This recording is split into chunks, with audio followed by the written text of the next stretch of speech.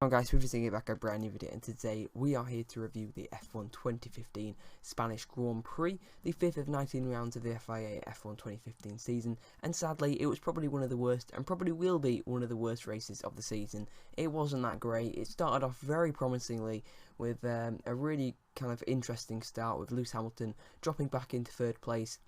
We had Nico Rosberg leading, then we had Sebastian Vettel in between the two Mercedes. We had Toro Rosso's dropping through the field. We had plenty of overtaking in the first half, but it all kind of deteriorated, down the kind of second half of the race. But anyway, let's take you through the result then. We'll look at driver by driver. Nico Rosberg then won his first Grand Prix of the season, followed by Lewis Hamilton. Vettel got the final podium position, followed by Bottas, Raikkonen, Nasr, Ricciardo, Grosjean, Carlos Sainz, Danny Fiat, Max Verstappen, Felipe Nasr, Sergio Perez, Marcus Ericsson, Nico Hülkenberg, Jensen Button, and the two manners of Will Stevens and Roberto Merri rounded out the finishers. Then the two retirements today were Pastor Maldonado and Fernando Alonso. So first of all then, let's talk about the winner, Nico Rosberg. Me and many other F1 fans were overjoyed to see Nico Rosberg finally winning a Grand Prix. This is what we needed. We really need to see Rosberg, a perfect race for him to do this. First leg of the European season, he's laid down a marker. He's telling Lewis Hamilton, this is what it's going to be like from now on. I think it was kind of a big surprise. His pole position was quite a bit of a surprise. Me and many other people kind of thought he was going to lose the race. Hamilton was going to come through and overtake him, maybe even down to turn 1. But Rosberg just had it under control for the whole race and was easily, maybe bar Monaco 2014, his most dominant victory. It was a really cool and calm, collected race.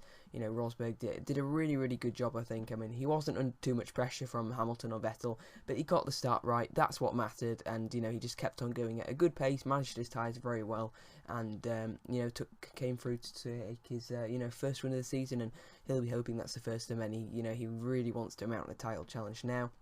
And I do believe he's now 20 points behind Hamilton, meaning if they finish 1-2, he's got to win the next 3 races to take the championship lead. So it's not all going to be easy for Rosberg. He's won this one, but now he needs to keep on winning if he really wants to sustain a championship challenge. And maybe we'll talk about that in a later video. But I'm not quite sure, if he'll be able to sustain it. But I really hope he can. I really hope this is going to have a bit of a momentum swing, something we talked about a lot last season. But we'll have to see. Hamilton then, a decent race from him. A poor start kind of compromised this whole race. He was stuck behind Vettel for a long time, but eventually with the arguably superior 3-stop strategy, I think it was very close between the 2 and 3-stop. I think maybe the 2-stop was probably a bit quicker, but Hamilton has seen this slightly quicker car, and it's he was about 2 seconds a lap quicker than Vettel at certain points. He really made the strategy work very well for him. Got easy 2nd place. Sebastian Vettel will be happy with 3rd, I think. Ferrari were never in the same league as the Mercedes today.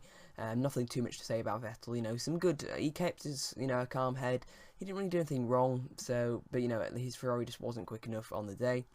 Valtteri Bottas, another brilliant defensive drive from him. He was keeping Vettel behind in Bahrain, and he was keeping Raikkonen back in Spain today. A great defensive drive from Bottas. Another 12 points haul for the for Bottas.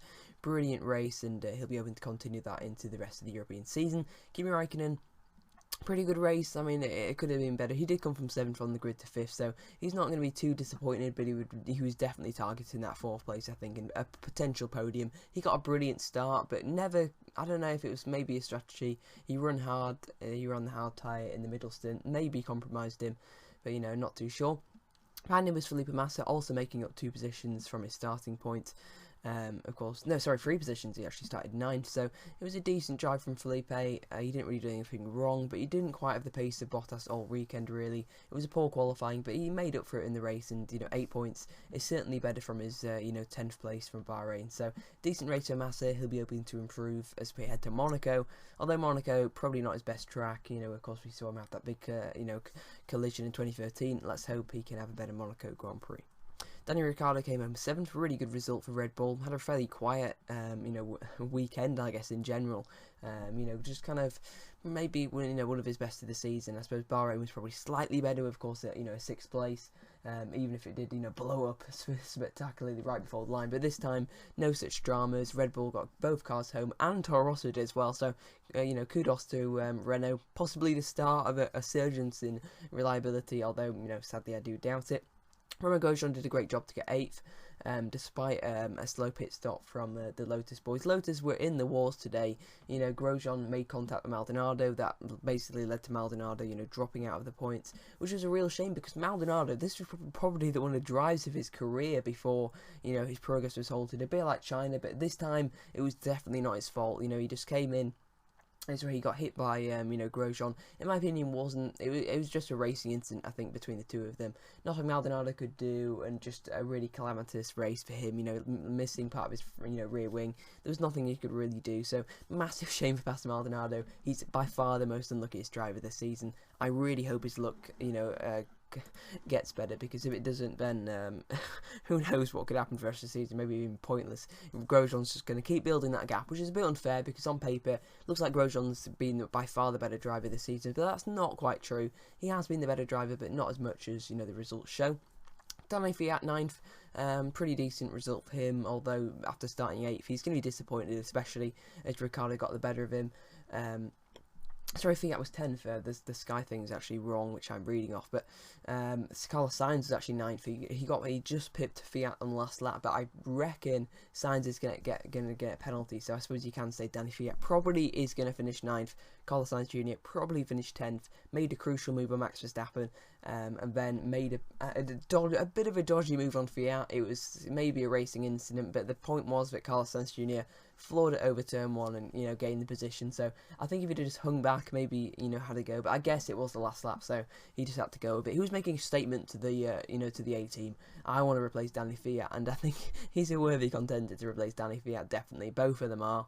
I'm not saying Fiat's bad, but in my opinion, Sainz and Verstappen are just something special, something we didn't see from Fiat last season. But there's a real spark, I think, in both Sainz and Verstappen, which is fantastic to see.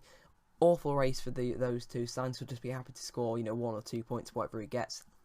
And, you know, Max Verstappen finishing outside the points after starting 6th is going to be absolutely, you know, horrified. I mean, their straight line speed was just so poor. They clearly had an awful race setup after having probably the perfect qualifying setup. They really, possibly a bit of an experience, you know, from the Toro Rosso boys.